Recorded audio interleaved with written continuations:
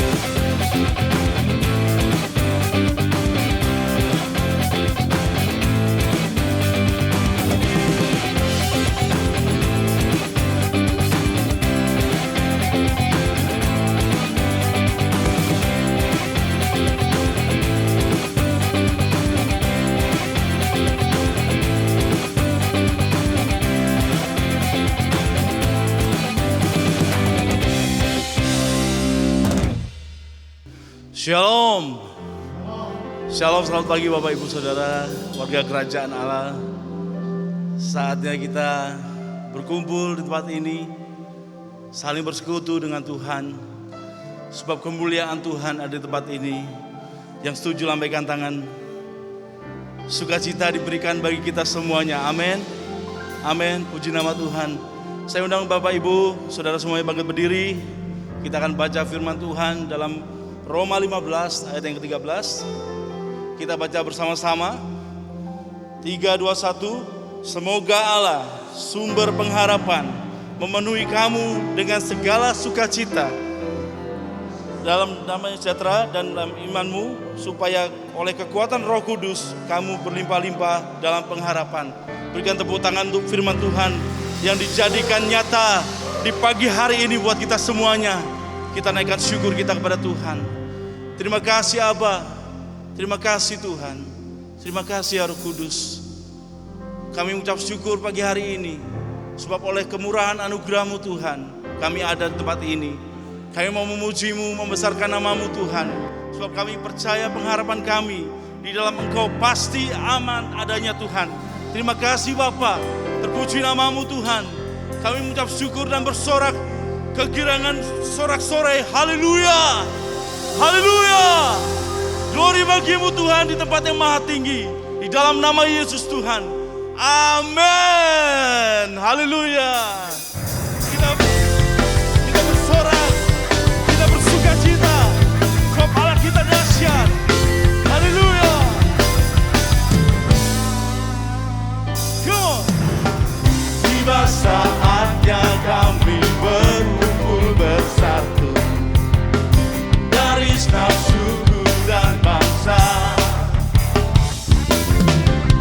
berdiri di hadapan tata anak domba, satu suara menyatakan keselamatan bagi Allah yang duduk dan bertata. Kami naikkan pada anak domba, pujian dan kekuatan, hormat dan kekuasaan, kemuliaan baginya selamanya. Hai umatnya bersukalah,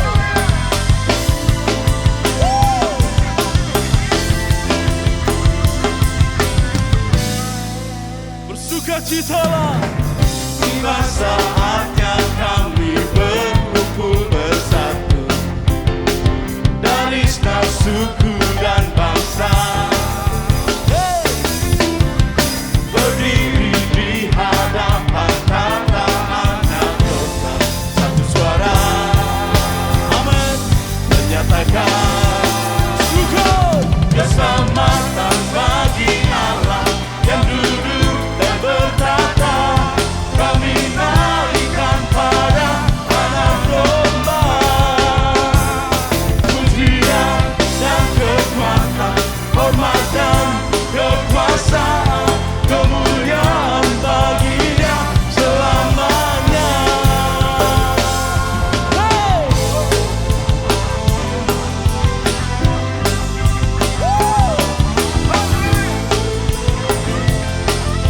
Thank you Lord.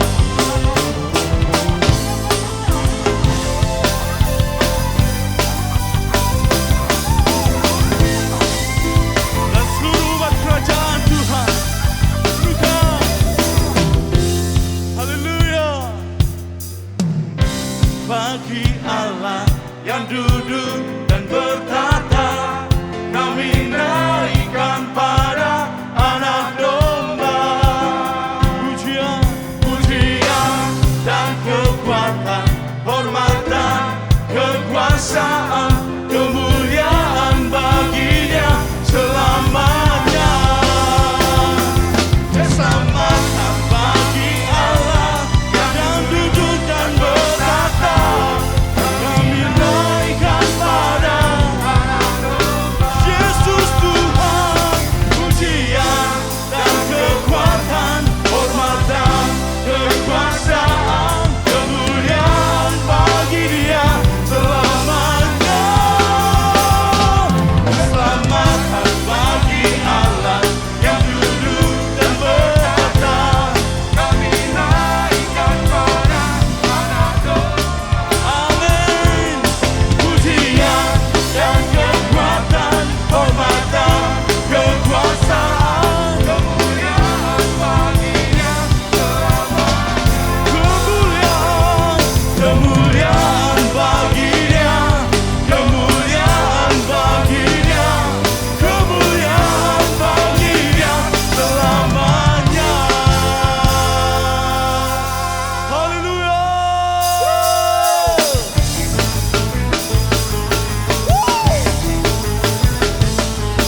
Sebab Dia Tuhan yang benar, tiada Allah selain Dia yang hidup. Yesus Kristus Tuhan. Come on.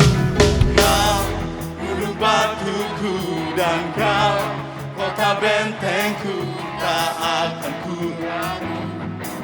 Kau menjamin hidupku. Amin.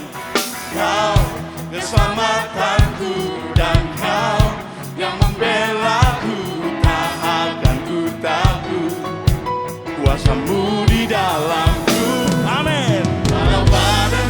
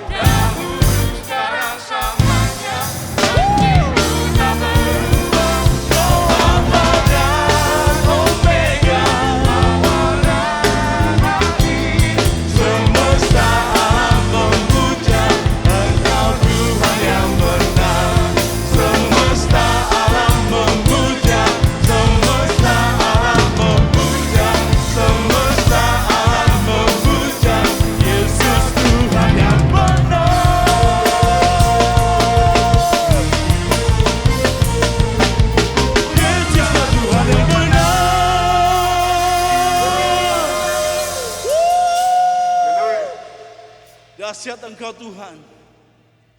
Engkaulah kepastian kami. Hidup kami di dalam Engkau.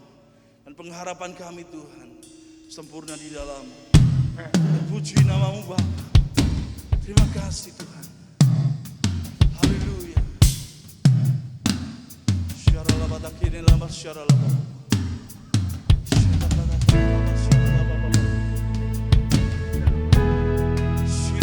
lama syirikana.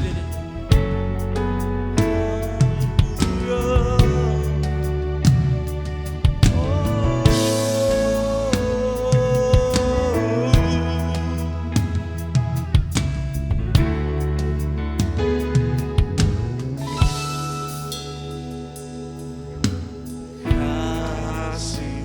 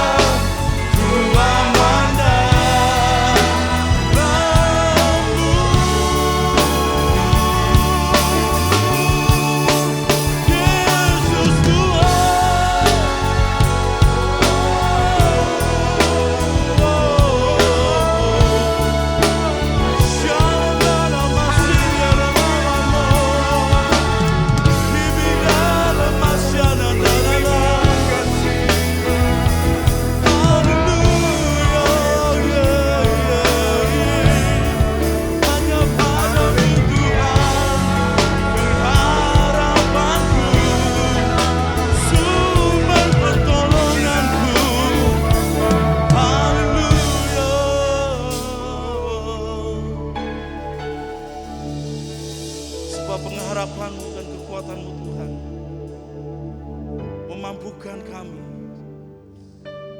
menguatkan kami berdiri di atas badai. Bahkan dalam tekanan sekalipun Tuhan, kami tidak akan tergoyahkan. Terpuji nama-Mu Tuhan. Engkaulah perisaiku saat badai hidup menerpaku. Janji-Mu di dalamku tenangkan jiwaku. Ku kan berdiri di tengah badai dengan kekuatan yang Kau berikan.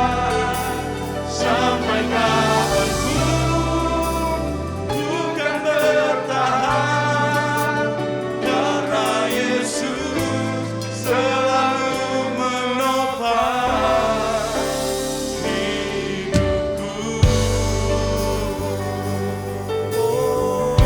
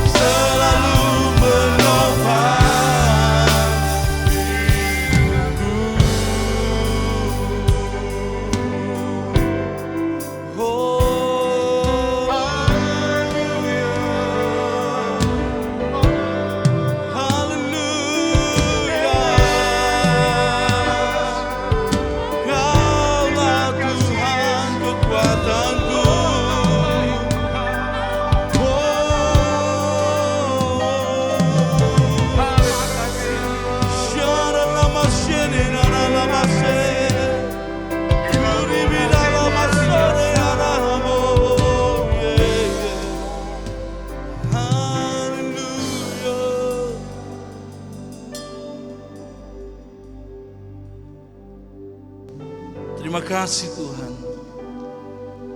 Jika kami bisa menyanyikan ini Tuhan, dengan iman kami Tuhan, itu semua karena anugerah-Mu, kekuatan-Mu Tuhan yang memampukan kami. Terima kasih, Engkau sungguh baik bagi kami Tuhan. Terima kasih Bapa, Engkau luar biasa bagi kami. Terpujilah nama-Mu Tuhan, terpujilah Engkau Raja segala Raja. Mari umat yang dikuduskannya, mari berikan sorak-sorai bagi namanya yang kudus. Segala pujian, segala hormat, kemuliaan bagi nama-Mu Tuhan. Dalam nama Yesus, haleluya, amin, amin.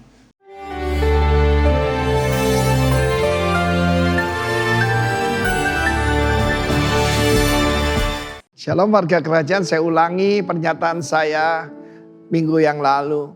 Karena sebetulnya gereja itu adalah akademi untuk leadership.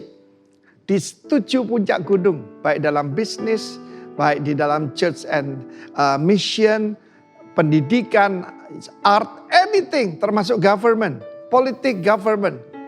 Yang kita lahirkan adalah para pemimpin to be rock, to be representative of Christ's kingdom dimanapun Anda ditempatkan Tuhan.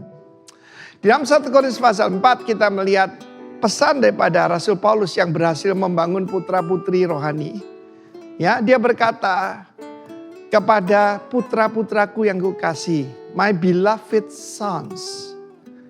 Bahkan di dalam surat yang lain dia tunjukkan betapa dia mengasihi Timotius, Lukas, Titus. Ya, kita lihat juga bahkan terhadap Onesimus yang dia temui di penjara. Sebab katanya sekalipun kami punya banyak mentor pendidik, tapi tidak banyak bapakmu. Masalah di dunia ini, kutuk ini di dunia ini kan apa? Fatherlessness. Minggu yang lalu saya sampaikan dunia ini tidak bisa membangun sampai beberapa generasi di luar kuasa Tuhan. Karena itu kita sebagai hamba Tuhan berkewajiban yaitu menjadi teladan bagi Timotius. Timotius menemukan orang yang berkenan, yang setia, dapat dipercaya dan cakap mengajar orang lain. Soalnya lihat di situ ada 4 generasi. Karena itu di dalam menemukan Timotius saya kasih contoh saja gambar di belakang saya. Ya, pada waktu peresmian, waktu direkam Sabtu yang lalu di Houston, saya lihat Pak Roni berkhotbah, saya ketawa lihat dia. Kenapa? I saw myself in him. Saudara yang kasih Tuhan itu generasi kedua. Dan dia juga menemukan Timotiusnya di Mataram, di Pulau Lombok. Saudara kita Yoyo ya. Saudara kita Gunawan Handoyo. Yosua Gunawan Handoyo, panggilan kekasih Yoyo. Dan dia bisa membawa daripada superstar kepada super team, seperti saya katakan. Dan dia juga berhasil menemukan seorang murid yang lain yang dapat dipercaya, itu Immanuel Purwata. Ya, di ujung sebelah sana saya lihat dia adalah gembala daripada kota Yangmei, Rock di Yangmei. Bahkan dia sudah tulis bukan lagi RIM, tapi Rain Taiwan, Rock Apostolic Network, International Network. Saya bangga melihat anak-anak rohani saya. Sehingga ketika saya terpapar corona tidak akan terkapar. Kenapa saya tidak takut? Sebab saya sudah meletakkan dasar, memberi hidup saya untuk mereka-mereka ini. Perhatikan perkataan beloved di sana. Saya mau bicara pada semua saudara yang mendengarkan berita ini. Baik Anda kepala keluarga, kepala perusahaan, ya CEO di sebuah perusahaan atau manajer. Find your Timotius. Karena itu bukan finding Nemo ini finding Timo. Temukan Timotius Anda. Dan saudara akan mengalami itu akan berlanjut, akan langgeng. Di dalam kitab terakhir Perjanjian Lama, Musa dan Elia akan datang sebagai saksi Tuhan di atas muka bumi ini, ya. Termasuk spirit mereka, ya. Firman Allah menunjukkan bagaimana Musa menemukan Yosua, tapi nggak ada lanjutannya. Elia menemukan Elisa, tapi berhenti sampai di sana. Bahkan tulang-tulangnya yang masih penuh dengan urapan bisa membangkitkan orang mati yang dilemparkan ke kubur daripada Elisa. Saya tidak mau hidup seperti itu. Saya mau meniru Rasul Paulus. Menemukan my beloved sons. Find your Timo, para pemimpin. Ya, karena itu dari putra-putramu belum tentu yang paling tua, yang paling pintar itu jadi pemimpin. Belum tentu. Tapi mereka yang setia dan mengasihi Tuhan. God bless you all. Amin. Shalom warga kerajaan. Di masa-masa yang sulit ini kita harus makin mendekat dan melekat kepada Tuhan. Sebab seberat dan seburuk apapun keadaan kita, percayalah satu hal bahwa Tuhan sanggup memulihkan. Ia memiliki rancangan terbaik bagi setiap umatnya yang mau datang kepadanya. Di dalam Mazmur 126, 5-6 dikatakan, orang-orang yang menabur dengan mencucurkan air mata akan menuai dengan bersorak-sorai. Orang yang berjalan maju dengan menangis sambil menabur benih, pasti pulang dengan sorak-sorai sambil membawa berkas-berkasnya. Apa yang perlu kita kerjakan di masa-masa kesukaran ini? Yang pertama adalah tetap berdoa. Miliki hidup yang melekat kepada Tuhan dan tetap andalkan Tuhan. Yang kedua, tetap bekerja dan berusaha keras. Kerjakan yang terbaik yang Tuhan percayakan kepada kita. Usahakan apa yang ada padamu dan maksimalkan potensi yang saudara miliki. Yang ketiga adalah tetap menabur. Alkitab mencatat salah satu cara untuk mengelola berkat Tuhan adalah menabur benih. Sama seperti seorang petani yang harus menyisihkan sebagian hasil panen yang diperolehnya untuk kemudian ditabur kembali sebagai benih. Kita pun perlu menyisihkan sebagian berkat yang kita peroleh untuk kemudian ditabur kembali sebagai persembahan kepada Tuhan. Terkadang kita khawatir saat ingin menabur karena dunia mengajarkan cara untuk melipat gandakan harta atau apa yang kita miliki adalah dengan menyimpannya. Hal ini sungguh berbeda dengan cara yang Alkitab ajarkan. Prinsip menabur tidak akan membuat Anda kekurangan, tetapi justru itu adalah awal untuk mengalami hidup yang berkecukupan, bahkan malah berkelimpahan, untuk bisa menjadi saluran berkat bagi saudara kita yang lainnya. Hari ini, ketika saudara bergabung dalam ibadah online service, ini merupakan rangkaian ibadah yang lengkap. Kami juga memberi kesempatan untuk setiap warga kerajaan Allah yang mengerti akan kebenaran firman Tuhan ini akan diberkati dengan pelayanan kami serta rindu untuk mendukung pekerjaan Tuhan lebih lagi. Kami telah menyediakan beberapa cara yang Anda bisa lakukan untuk memberikan persembahan. Yang pertama dengan scan QR Code untuk electronic payment, serta rekening bank berikut ini untuk transaksi melalui internet banking ataupun bank transfer. Mari kita berdoa. Ajarkan kami Tuhan tetap bersyukur untuk segala apa yang terjadi dalam kehidupan kami. Dengan iman kami percaya Engkau tetap Tuhan yang berdaulat penuh atas kehidupan kami. Karena kami penyediaan pemeliharaan-Mu sempurna. Aku percaya Engkau adalah sumber segala berkat dan yang telah mencukupkan segala keperluanku. Menumbuhkan benih yang aku tabur di dalam ladang-Mu, ya Tuhan. Melipat gandakannya dan menjadikannya berbuah banyak. In Jesus' name, amen. Selamat menabur, Tuhan Yesus memberkati saudara. Kami tetap percaya Engkau adalah Allah yang sanggup meneduhkan badai.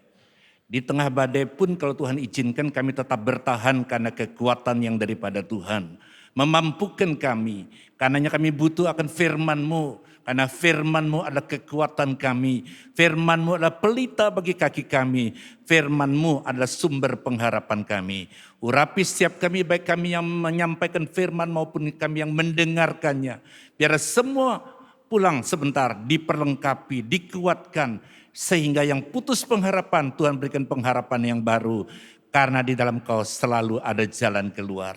Di dalam nama Yesus, kami siap dengar, renungkan dan lakukan firman-Mu. Yang siap sama-sama kita boleh berkata, amin. Berikan tepuk tangan buat Tuhan kita, saudaraku. Silakan duduk, saudaraku yang sangat dikasihi Tuhan. Ketika kita selalu memperhatikan hal-hal yang kurang penting, kita sulit untuk mendapatkan hal-hal yang penting, apalagi mendapatkan hal-hal yang terpenting. Di dalam 1 Korintus pasal 13 ayat yang ke-13 di sana dikatakan ada 3 hal yang penting. Iman, pengharapan, dan kasih. Dan yang terpenting adalah kasih. Pagi hari ini saya akan menyampaikan dan membawakan firman Tuhan tentang pengharapan. Kenapa saudaraku pengharapan itu sangat penting? Karena persoalan terbesar manusia ketika manusia itu menjadi putus asa atau tidak lagi memiliki pengharapan. Bahkan seolah-olah Tuhan pun tidak sanggup menolongnya.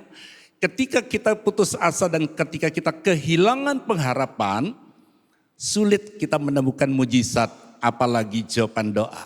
Karenanya pagi hari ini kalau saudara melihat gambar di depan saudara, gambar daripada seorang wanita yang 12 tahun mengalami pendarahan.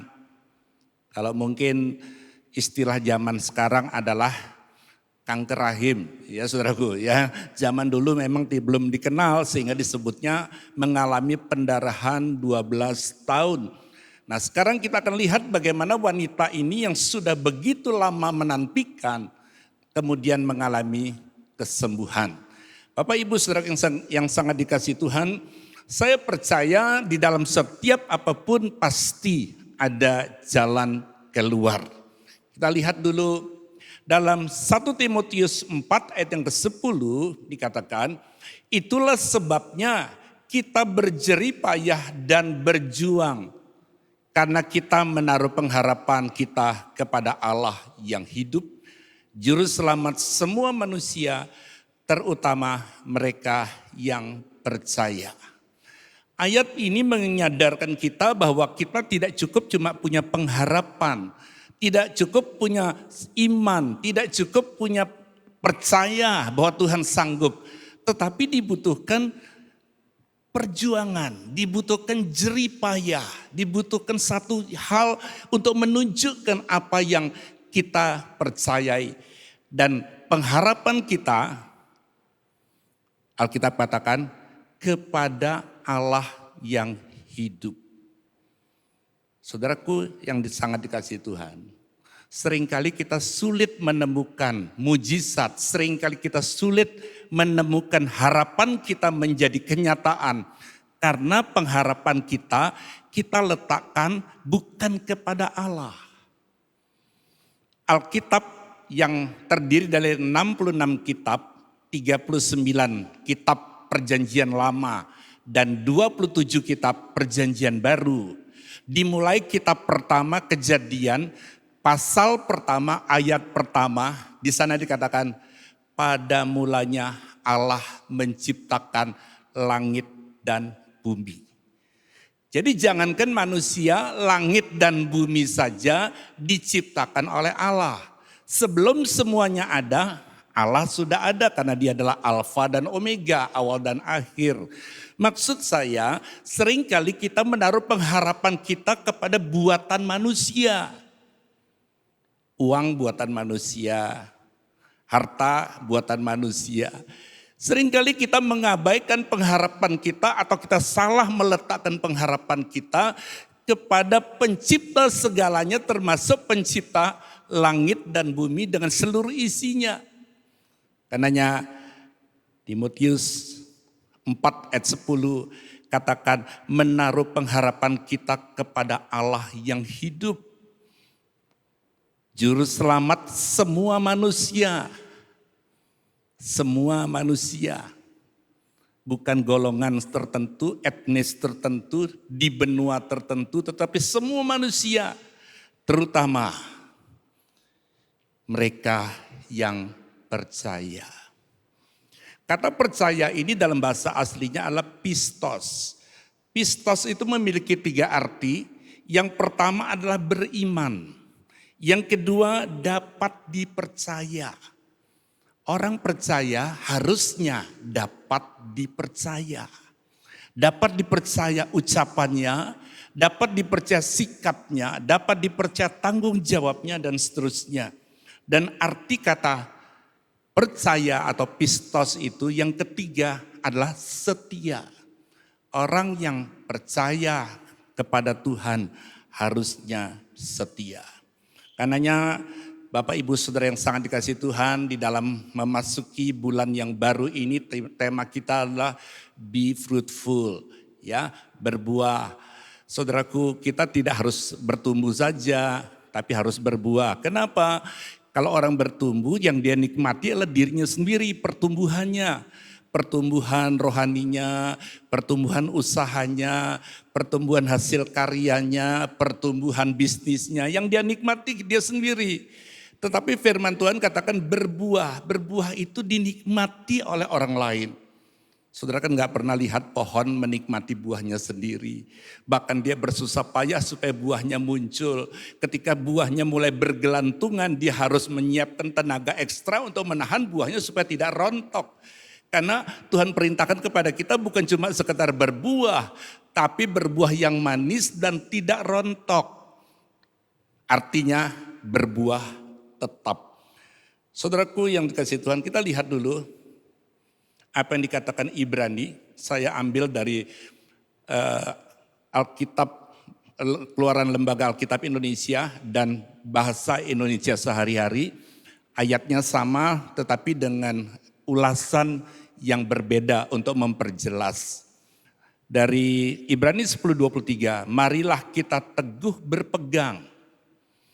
Saudaraku, saudara pasti akan mendapatkan apa yang saudara pegang.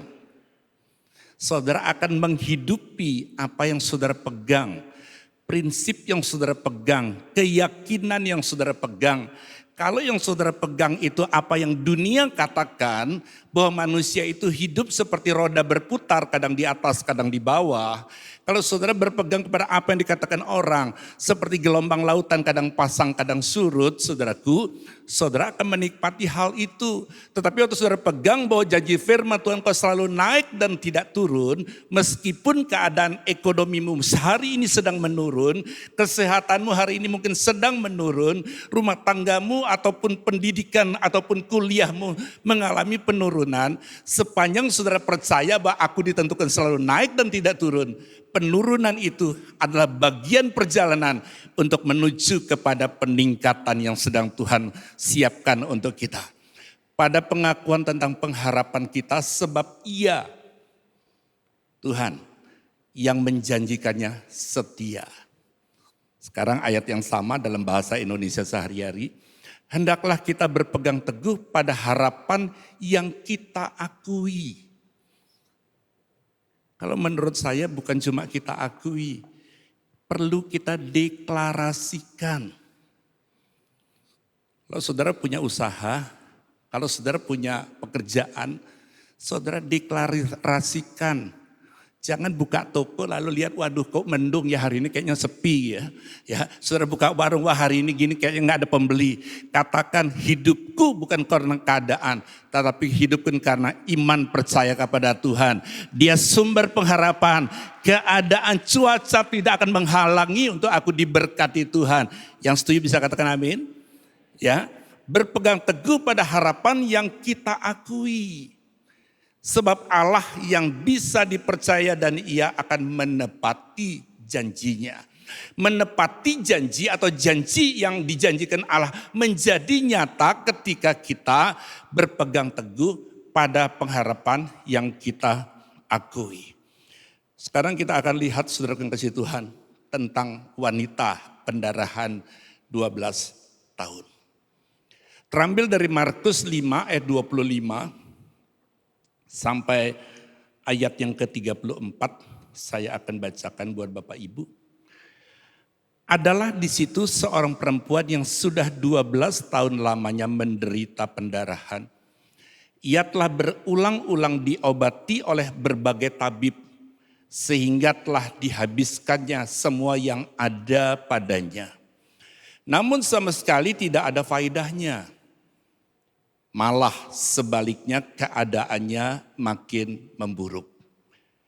Dia sudah mendengar berita-berita tentang Yesus, maka di tengah-tengah orang banyak itu ia mendekati Yesus dari belakang dan menjamah jubahnya. Sebab katanya, asal kujamah saja jubahnya, aku akan sembuh. Seketika itu juga berhentilah pendarahannya dan ia merasa bahwa badannya sudah sembuh dari penyakitnya. Ayat 30, pada ketika itu juga Yesus mengetahui bahwa ada tenaga yang keluar dari dirinya.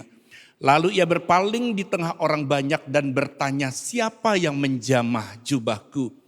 Murid-muridnya menjawab, engkau melihat bagaimana orang ini berdesak-desakan dekatmu dan engkau bertanya siapa yang menjamah aku? Lalu ia memandang sekelilingnya untuk melihat siapa yang telah melakukan hal itu. Perempuan itu menjadi takut dan gemetar ketika mengetahui apa yang telah terjadi atas dirinya. Tampil dan tersungkur di depan Yesus dan dengan tulus, perhatikan, dengan tulus memberitahukan segala sesuatu kepadanya. Maka katanya kepada perempuan itu, hai anakku, imanmu telah menyelamatkan engkau. Pergilah dengan selamat dan sembuhlah dari penyakitmu. Nah, Bapak Ibu Saudara, kita sudah lihat cerita itu ya. Kalau kita melihat atau kita mengalami sudah terjadinya mujizat. Kalau kita mendengar berita tentang wanita 12 tahun pendarahan ini sudah disembuhkan, kita pasti nganggap wow, luar biasa. Tetapi saya ingin mengajak saudara untuk membayangkan dan coba merasakan ketika wanita ini belum mengalami mujizat. Ketika wanita ini belum mengalami kesembuhan.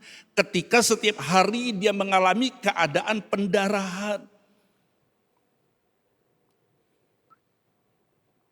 12 tahun lamanya menderita pendarahan.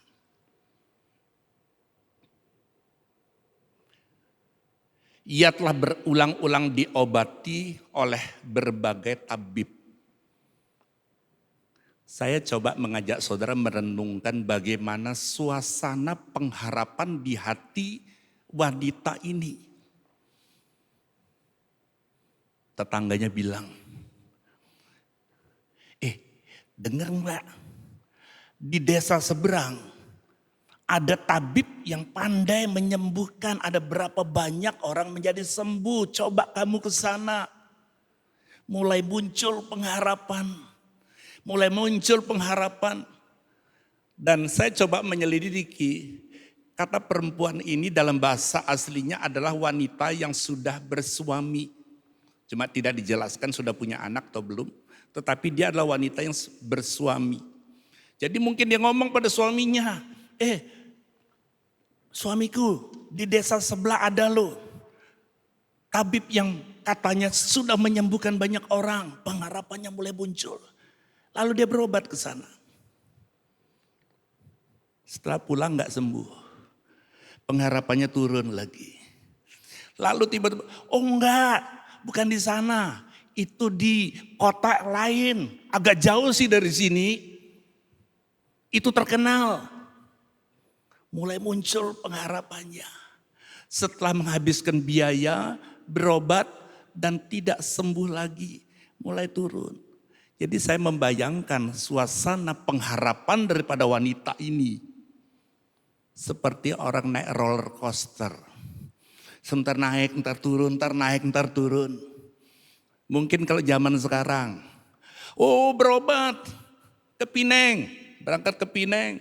Sudah habiskan biaya pulang gak sembuh. Oh tenang aja, teman saya sakit sama seperti kamu. Berobat ke Beijing, di RC, dia sembuh. Berangkat ke sana, pulang gak sembuh. Kalau saudara perhatikan, pengharapan wanita ini bukan cuma beberapa bulan, 12 tahun.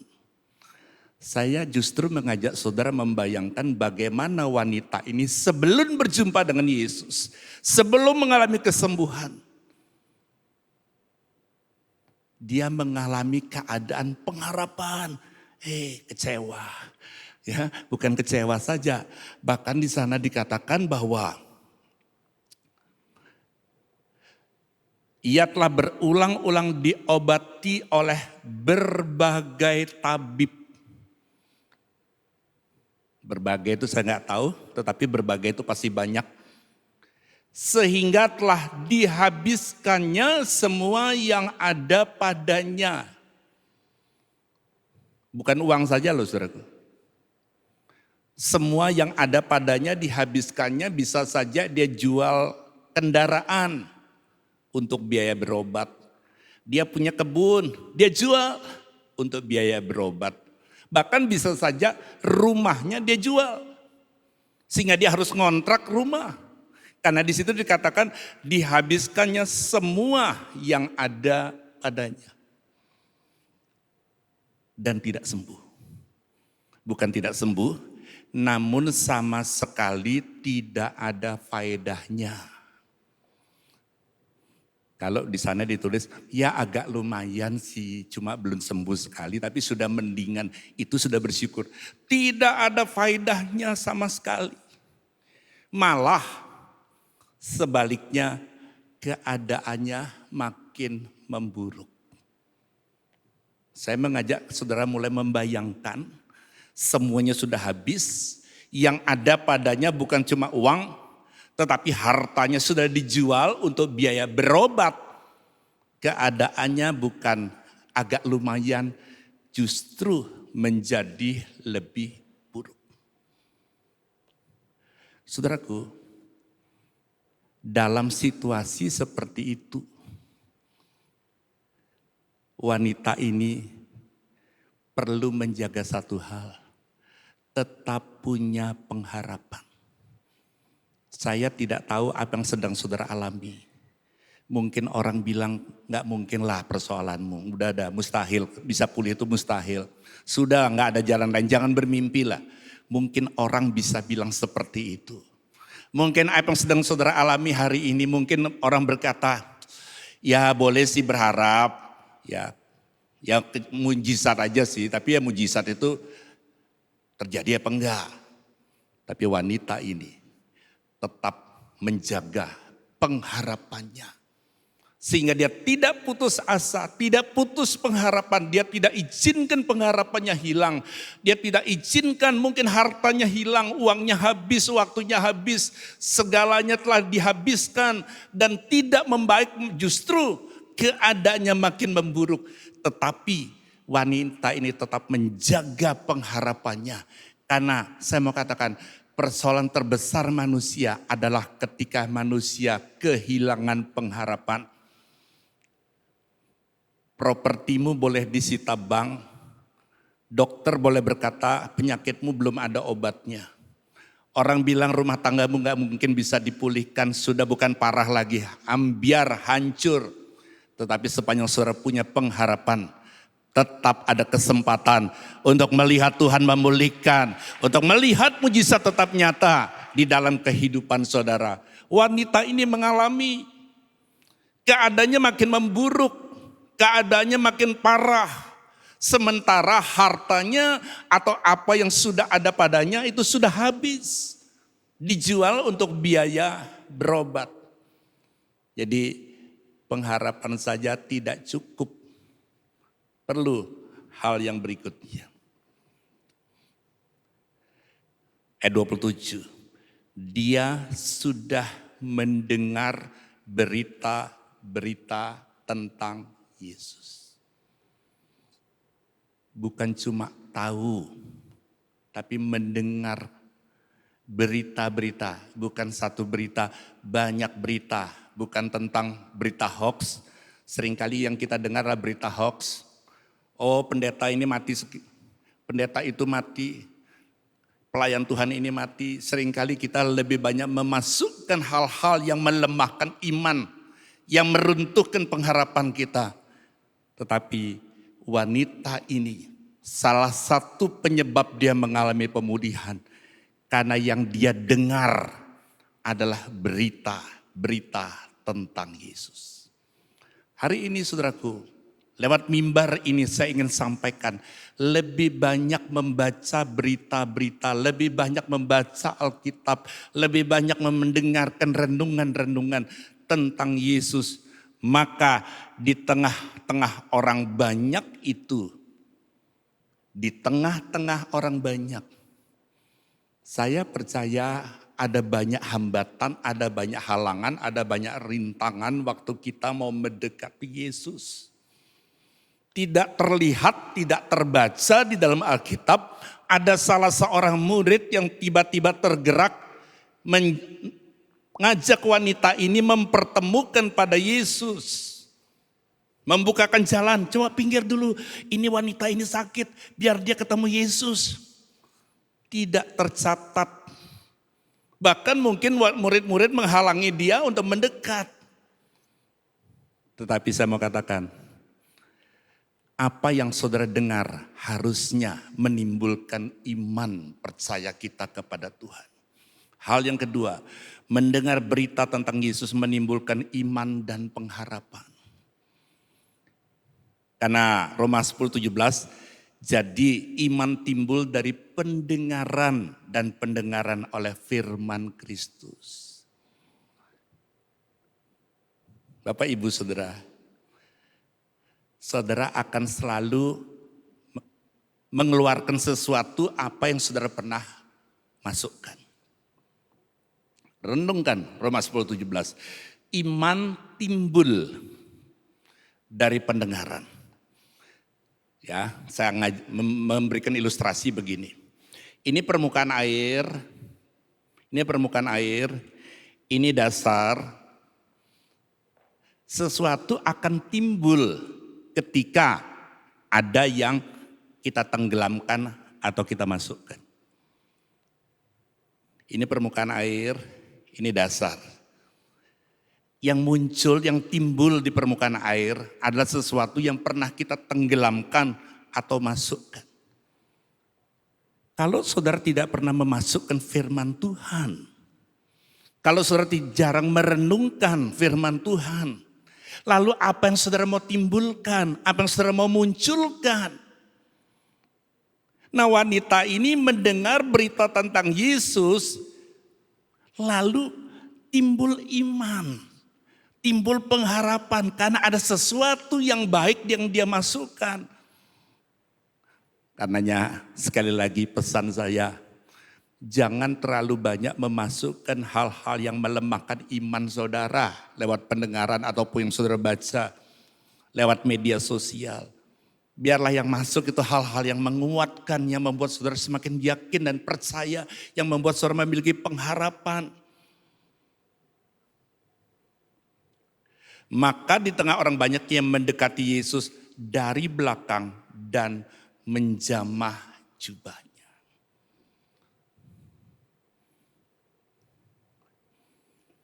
Setelah saudara dengar berita tentang Yesus, pada mulanya firman itu bersama-sama dengan Allah dan firman itu adalah Allah sendiri. Jadi waktu saudara mendengar firman itu biarlah mendarat di tanah hati kita yang subur. Kalau firman itu jatuh di tanah yang berbatu-batu, dia berakar dan kena matahari sedikit dia sudah hancur. Kalau dia di pinggir jalan ada burung mematok dan benih itu hilang.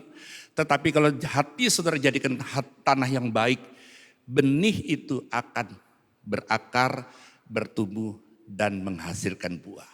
Coba renungkan ayat 28 ini. Markus 5:28. Sebab katanya, ini yang keluar dari mulut si wanita pendarahan 12 tahun ini. Asal ku jamah saja jubahnya, aku akan sembuh. Coba renungkan, wanita yang sudah menghabiskan hartanya, yang sudah berobat ke sana kemari selama 12 tahun. Dan keadaannya bukan membaik tetapi makin buruk. Kok bisa? Punya pikiran, asal ku jamah saja jubahnya aku akan sembuh. Dari mana pemikiran yang sangat sederhana dibandingkan dia pergi dan menghabiskan uangnya atau biaya untuk mencari tabib-tabib yang katanya hebat itu dan ternyata gagal dan uangnya sudah habis ternyata tidak mengalami kesembuhan. Lalu tiba-tiba ada orang yang namanya Yesus kok bisa muncul di pikirannya.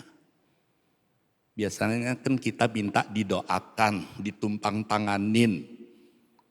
Ini enggak. Asal ku jamah saja jubahnya aku sembuh. Saya percaya kalau saudara membuka hatimu kepada Tuhan, ada ide, ada gagasan, ada pengertian, ada rema yang Tuhan buka. Dan saya percaya ide ini berasal daripada Tuhan. Amin, saudaraku. Ya, manusia idenya beda. Enggak, saya enggak mau masa menjamah jubahnya. Ini ya dong, saya datang biar Tuhan tumpang tangan atas kepala saya, lalu berdoa, lalu kasih minyak urapan. Ya kan? Seringkali pemikiran kita itu seringkali kita mengatur Tuhan. Tetapi di sini wanita ini sangat sederhana. Asal ku jamah saja jubahnya aku sembuh. 29. Seketika itu juga berhentilah pendarahannya. Dan ia merasa bahwa badannya sudah sembuh dari penyakitnya. Kenapa? Karena iman harus disertai dengan langkah iman. Seringkali terkendalanya banyak orang Kristen bukan masalah imannya, tetapi langkah imannya. Ya, percaya sih percaya, tapi kok masa menjamah jubahnya saja aku sembuh. Tetapi wanita ini kenapa dia mengalami mujizat yang luar biasa? Bahkan Yesus sendiri tidak mengenal dia. Bahkan Yesus sendiri tidak tahu siapa yang menjamah dia. Yang Yesus rasakan ada tenaga yang keluar dari dirinya. Saudaraku, saya mau ingatkan, kita sebagai orang percaya, kita boleh bilang saya punya iman, betul. Tapi punyakah kita langkah iman? Kita melakukan apa yang kita imani. Seringkali yang saya pakai ilustrasi itu adalah air aqua ini. Haus, kita percaya minum air ini kita menjadi tidak haus lagi. Kita percaya air ini bisa menghilangkan haus kita. Sudah tidak bisa terbantahkan, kita haus, problem kita haus, kalau minum hausnya hilang. Enggak perlu ditengking, enggak perlu didoakan, minum hausnya hilang. Saya percaya itu, yakin. Tapi apakah saudara dengan yakin dan percaya bahwa air ini bisa menghilangkan haus, lalu haus saudara hilang? Belum tentu.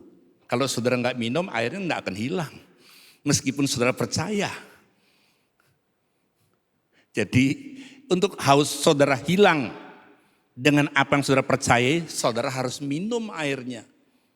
Nah di sini letaknya seringkali antara percaya, antara iman dengan langkah iman tidak nyambung.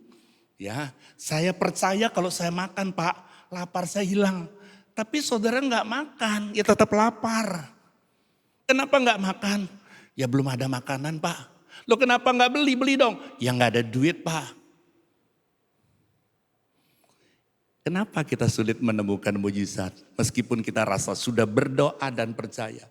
Karena seringkali kendalanya, terbenturnya adalah pada langkah iman.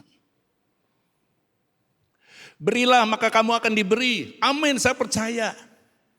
Tapi saudara tidak mau memberi. Saudara berpikir saya terima dulu dong. Kalau saya udah banyak, ada lebih baru saya beri. Nah saudaraku, ketika kita Tuhan menunggu kita melangkah dengan iman. Dan kita menunggu Tuhan tunjukkan mujizat dulu baru kita melangkah. Disinilah waktunya nunggu-tungguan. Dan kita berkata Tuhan ini kok mengulur-ngulur waktu. Tuhan ini kok janji kok gak tepat. Tuhan ini kok katanya berfirman tetapi gak digenapi. Padahal Tuhan tunggu kita untuk melangkah. Sedangkan kita tunggu Tuhan untuk lakukan firman-Nya, janjinya terhadap hidup kita. Hari ini apapun yang sedang saudara alami, saya enggak mengerti apa yang sedang saudara menjadikan beban dalam hidup saudara. Tetapi saudaraku, ya, saya percaya waktu saudara mulai melangkah dengan langkah iman, saudara akan melihat sesuatu yang luar biasa terjadi.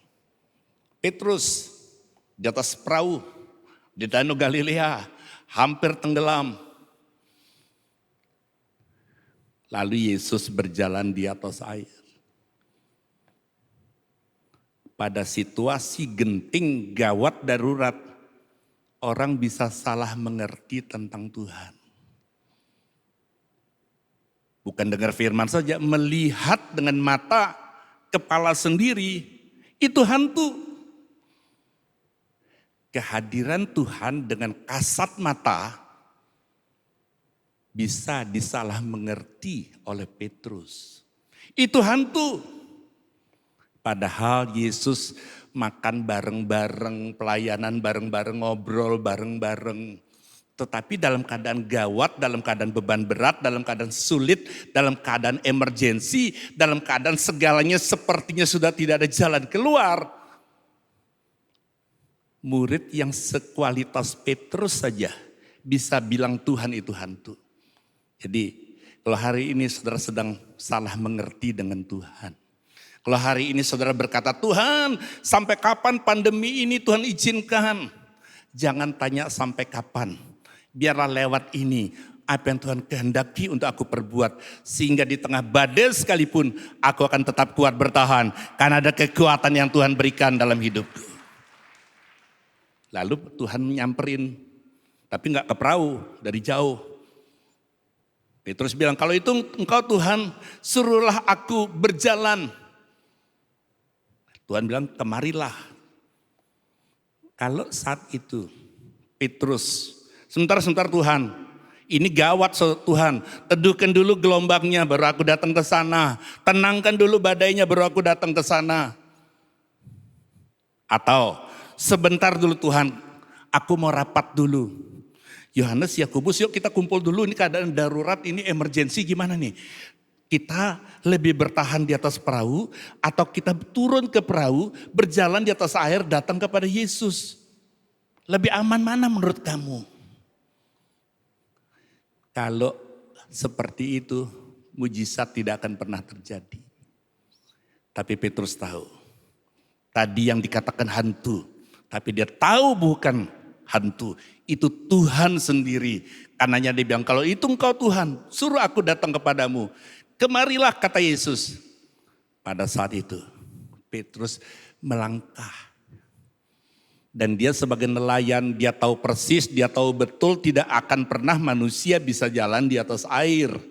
Berenang iya, tapi berjalan tidak mungkin. Waktu dia bisa berjalan, mungkin dia merasa hebat ya aku ya. Kapan ya aku mulai belajar? Tetapi waktu matanya tidak lagi memandang Yesus, memandang gelombang, memandang hal-hal yang mengerikan. Imannya mulai redup dan dia hampir tenggelam. Tuhan tolong aku. Dan Tuhan tolong. Kadang-kadang ada gelombang yang Tuhan izinkan dalam hidup kita. Untuk membuat mata kita hanya tertuju kepada Dia. Karena Dia sumber kekuatan pertolongan dalam hidup kita. Amin, saudaraku. Ya, jadi ini hal yang ketiga. Hal yang keempat. Kuasa ilahi mengalir ketika kita datang dengan ketulusan. Ayat 32. Lalu ia memandang sekelilingnya, Yesus memandang sekelilingnya untuk melihat siapa yang telah melakukan hal itu. Perempuan itu menjadi takut dan gemetar. Kenapa? Wanita ini takut dimarahin, takut ditegur. Ketika mengetahui apa yang telah terjadi atas dirinya, tampil dan tersungkur di depan Yesus dan dengan tulus, perhatikan, memberitahukan segala sesuatu kepadanya.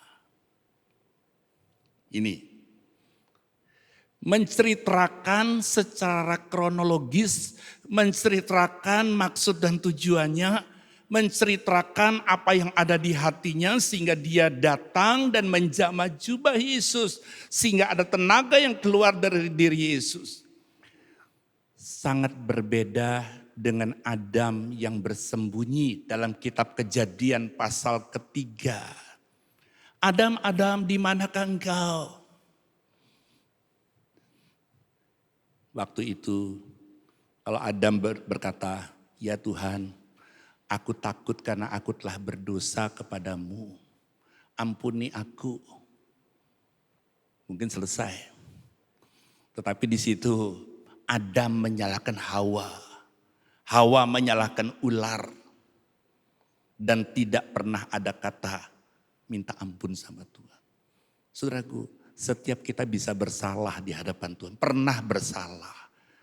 Pernah melakukan dosa. Pernah melakukan apa yang Tuhan larang. Tetapi dalih saudara, alibi saudara tidak mempengaruhi. Karena dia adalah Tuhan yang sangat mengetahui apa yang terjadi. Bahkan apa yang di hati saudara. Tetapi wanita ini dengan tulus. Kata tulus ini bicara dari hati. Bukan dengan ucapan yang keluar dari mulutnya, tetapi dengan tulus. Jadi saudaraku, tidak ada alasan untuk saudara berdalih cari alasan pembenaran untuk membuat Tuhan maklum dengan dosa yang saudara lakukan. Tapi hari ini kalau saudara sedang melakukan sesuatu yang tidak berkenan di hadapan Tuhan, datang dengan tulus. Dan wanita ini dengan tulus memberitahukan. Tidak ditambahin, tidak dikurangin apa adanya. Dia cerita kepada Tuhan. Dan saya percaya ketulusan itu sesuatu yang penting. Kalau suami istri di tempat ini, kau sering mengalami konflik. Rasanya selalu tidak pernah ada damai di dalam rumah tanggamu. Dibutuhkan ketulusan. Kalau salah satu salah, sampaikan. Memberitahukan segala sesuatu. Dan pasangannya siap mendengar ketulusan pasangannya. Saya seringkali melayani konseling rumah tangga. Yang satu terbuka, yang satu tidak siap mendengar keterbukaannya. Sehingga pernah coba terbuka malah berantem, lebih baik tertutup saja. Waktu tertutup membuat tidak ada pembenahan. Jadi kalau hari ini saudaraku, ya saya kasih contoh simpel saja lah. Ya, sekarang ini kan zaman reuni-reunian. Ya, reuni-reunian. Saya jarang reuni, cuma kadang-kadang datang juga. Ya, kadang-kadang istri itu bercanda, kamu ketemu mantan ya? Saya bilang iya ketemu, tapi kan kamu pemenangnya. Simple. Tapi banyak kali, jangan ya, gak boleh reuni ya, nanti kamu ketemu. Sesuatu itu saya percaya kalau sudah datang dengan ketulusan, semua orang ketiga, orang keempat minggir. Karena ada cuma orang ketiga, Yesus Kristus namanya di tengah keluarga saudara. Amin saudaraku. Ketika Yesus menjadi Tuhan, menjadi Raja di tengah rumah tangga saudara, kerajaan Allah hadir dan saya percaya godaan yang lain tidak akan pernah mempan. Kenapa? Karena semuanya saling terbuka dan datang dengan segala ketulusan. Dan yang kelima, ayat 34, maka katanya kepada perempuan itu, hai anakku, sesuatu yang mengagetkan mungkin buat si wanita yang tadinya berpikir akan ditegur, akan dimarahin. Tetapi disapa dengan begitu manis, dengan begitu lembut. Hai anakku, imanmu telah menyelamatkan engkau. Pergilah dengan selamat dan sembuhlah dari penyakitmu. Saudaraku yang dikasihi Tuhan, ya, imanmu telah menyelamatkan engkau. Dalam bahasa Yunaninya digunakan sozo. Sozo itu bukan cuma sembuh secara fisik, tetapi secara roh. Sehingga saya percaya waktu saudara datang kepada Tuhan, bukan cuma sekedar sembuh rumah tanggamu, sembuh sakitmu, sembuh bisnismu, tetapi dia mau memulihkan sehingga roh, jiwa dan tubuh saudara terpelihara sempurna. Kenapa? Karena dia adalah Allah yang sempurna, yang menciptakan saudara dan saya sempurna. Bahkan dari dalam rahim pun kita ditenun dan dirajut. Tuhan tidak pernah ciptakan barang KW, tidak pernah ciptakan barang imitasi, tidak pernah ciptakan barang kelas 2. Siapapun saudara hari ini, lihat dirimu adalah orang yang diciptakan dahsyat dan ajaib. Berikan kemuliaan bagi Tuhan. Tuhan memberkati setiap saudara. Jemaat yang sangat dikasihi Tuhan, mujizat itu selalu ada. Tidak pernah berkesudahan kasih dan kuasa Tuhan. sepanjang kita punya pengharapan kepada Dia. Mari saudaraku, jangan pandang persoalanmu lebih besar. Seringkali kita terlalu membesar-besarkan persoalan. Saya tahu persoalan saudara besar, saya tahu persoalan saudara berat. Tetapi dengan ucapan mulut yang membesar-besarkan persoalanmu akan membuat Tuhan makin kecil di dalam pemikiranmu. Tetapi waktu hari ini saudara dengar akan firman Tuhan, perkatakan bahkan deklarasikan tentang kebesaran Tuhan. Saudara bisa berkata persoalanku besar, tetapi Tuhanku jauh lebih besar dari persoalanku. Saudara berkata penyakitku memang berat, tetapi Tuhan adalah Yehova Rafa yang sanggup menyembuhkan penyakitku. Jadi hari ini saudaraku, tetap tumbuhkan, tetap pelihara pengharapan saudara. Karena pengharapan itu akan membuat saudara tetap semangat melihat perjalanan saudara bersama dengan Tuhan. Pengharapan itu yang akan membuat saudara tetap melakukan firman, karena saudara tahu di balik semua itu ada rencana Tuhan. Seorang petani tidak akan mungkin membeli bibit setelah uangnya berubah menjadi bibit, lalu dia tebarkan bibit itu di ladang, kalau dia tidak percaya ada pengharapan bahwa benih yang aku tabur satu saat aku akan menuai buahnya. Saudara tidak akan melakukan firman Tuhan kalau saudara tidak percaya. Karenanya hari ini siapapun saudara, apapun pergumulan saudara, sementara saudara mengangkat roti ini, ingat bahwa Dia sudah menebus kita. Segala yang tidak bisa dibeli dengan harta ataupun jabatan saudara, yaitu keselamatan, Tuhan berikan secara cuma-cuma sebagai bukti. Jadi kalau hari ini saudara menantikan mujizat, kenapa saya belum pernah mengalami mujizat? Sebenarnya waktu saudara terima Yesus, mujizat terbesar telah Tuhan berikan kepada kita. Kita yang harusnya binasa tapi beroleh hidup yang kekal. Percayakan saudara bahwa roti yang saudara angkat tinggi ini merupakan persekutuan kita dengan tubuh Kristus. Mari kita makan dalam nama Yesus.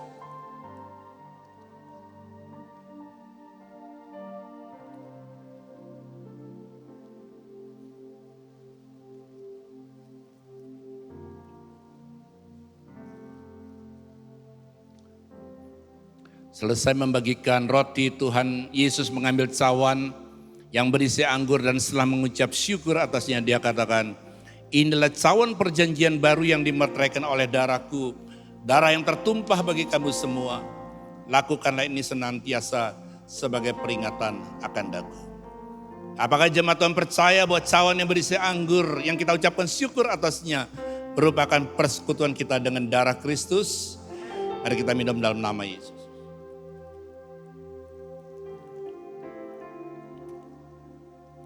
Haleluya. Mari saudara, kita satukan hati, kita mengangkat tangan di hadapan Tuhan, kita bersyafaat, berdoa bagi bangsa kita, bangsa Indonesia yang kita cintai. Tuhan, saat ini Tuhan segenap umat-Mu di tempat ini, kami mengangkat tangan Tuhan di hadapan-Mu. Kami berdoa Tuhan, bagi TNI Polri Tuhan, yang bertugas untuk menuntaskan setiap kejahatan kelompok di Papua Tuhan. Oh Tuhan Yesus, juga kelompok teroris di Poso Tuhan. Kiranya Tuhan Kau memberkati setiap mereka semua ya Tuhan. Engkau melindungi mereka dengan perlindungan yang sempurna Tuhan. Sehingga dari aparat keamanan ini tidak ada korban lagi Tuhan. Di dalam nama Tuhan Yesus, Tuhan berikan kekuatan dan kemampuan yang lebih lagi atas mereka. Sehingga mereka dapat menuntaskan tugas mereka. Dapat membasmi semua kejahatan kelompok di Papua ini Tuhan, dan juga kelompok teroris ini Tuhan. Dan juga Tuhan, di dalam nama Tuhan Yesus, Tuhan menggagalkan setiap mereka yang berupaya untuk memecah belah NKRI Tuhan. Dan Tuhan menghancurkan setiap rancangan yang berusaha untuk mengganggu keamanan di NKRI ini Tuhan. Di dalam nama Tuhan Yesus, di dalam nama Tuhan Yesus, kami Tuhan juga memberkati setiap generasi muda yang ada di bangsa ini Tuhan. Di mana saat ini Tuhan banyak terjadi kriminal Tuhan yang didominasi oleh pelakunya oleh generasi muda ini Tuhan. Oh Tuhan Yesus, Kiranya Tuhan Engkau melawat setiap generasi muda yang ada di bangsa ini Tuhan. Engkau selamatkan mereka Tuhan. Engkau jauhkan mereka dari segala kenajisan dan kriminalitas ini Tuhan. Di dalam nama Tuhan Yesus.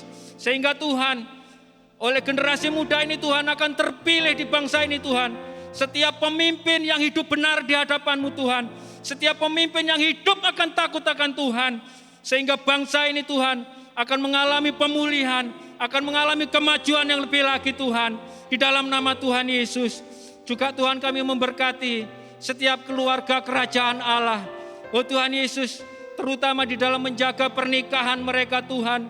Kiranya Tuhan mereka Engkau lawat Tuhan setiap keluarga kerajaan Allah. Sehingga mereka tetap kuat di dalam hidup kudus di hadapan-Mu Tuhan. Sehingga melalui kehidupan mereka akan bisa menjadi contoh bagi generasi muda selanjutnya Tuhan. Terima kasih Tuhan. Juga Tuhan, kalau ada setiap gelombang, badai, tekanan apapun Tuhan yang terjadi atas setiap keluarga kerajaan Allah ini Tuhan. Kiranya Tuhan mereka tetap mempunyai pengharapan kepada Engkau Tuhan. Bahwa Engkau Yesus yang sanggup menolong. Engkau Yesus adalah jalan keluar. Engkau Yesus yang sanggup memulihkan keadaan. Di dalam nama Tuhan Yesus. Terima kasih Bapa. Kami serahkan semuanya ke dalam tangan kasih-Mu. Sehingga ada damai sejahtera dan sukacita senantiasa dalam kehidupan kami semuanya. Terpujilah Engkau Tuhan. Di dalam nama Tuhan Yesus kami sudah berdoa. Haleluya. Amin. Mari angkat kedua tangan kita sekali lagi. Tuhan mengarahkan wajahnya dan memberikan damai sejahtera pada saudara. Kau akan selalu dibawa naik dan tidak turun, menjadi kepala dan bukan ekor. Dan apapun yang saudara sedang harapkan, Tuhan sanggup memberikan dan menyatakan lebih daripada apa yang saudara harapkan dan doakan. Dalam nama Bapa, Putra dan Roh Kudus, Tuhan Yesus Kristus. Yang percaya katakan, amin. Tuhan berkati.